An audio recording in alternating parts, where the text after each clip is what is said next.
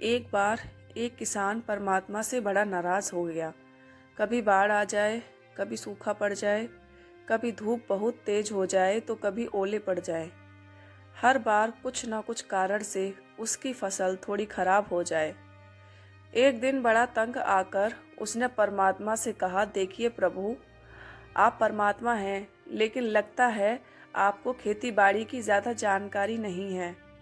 एक प्रार्थना है कि एक साल मुझे मौका दीजिए, जैसा मैं चाहूँ वैसा मौसम हो, फिर आप देखना मैं कैसे अन्न के भंडार भर दूंगा।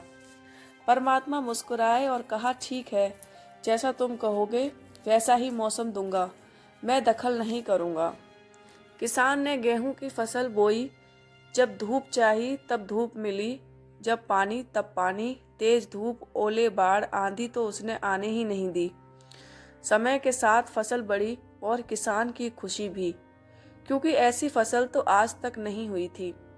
किसान ने मन ही मन सोचा, अब पता चलेगा परमात्मा को कि फसल कैसे करते हैं। बेकार ही इतने बरस हम किसानों को परेशान करते रहे। फसल काटने का समय भी आया। किसान बड़े गर्व से फसल काटने गया, लेकिन जैसे ही फसल काटने लगा, एकदम से छाती पर हाथ रखकर बैठ गया। गेहूं की एक भी बाल के अंदर गेहूं नहीं था। सारी बलिया अंदर से खाली थी। बड़ा दुखी होकर उसने परमात्मा से कहा, प्रभु ये क्या हुआ? तब परमात्मा बोले, ये तो होना ही था। तुमने पौधों को संघर्ष का जरा सा भी मौका नहीं दिया।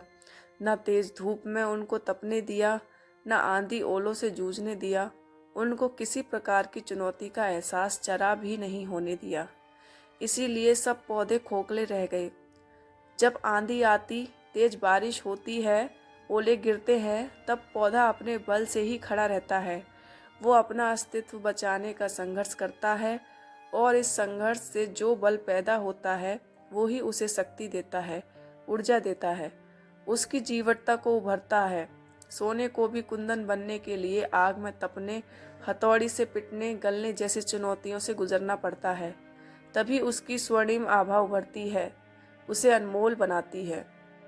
उसी तरह जिंदगी में भी अगर संघर्ष ना हो, चुनौती ना हो, तो आदमी खोखला ही रह जाता है।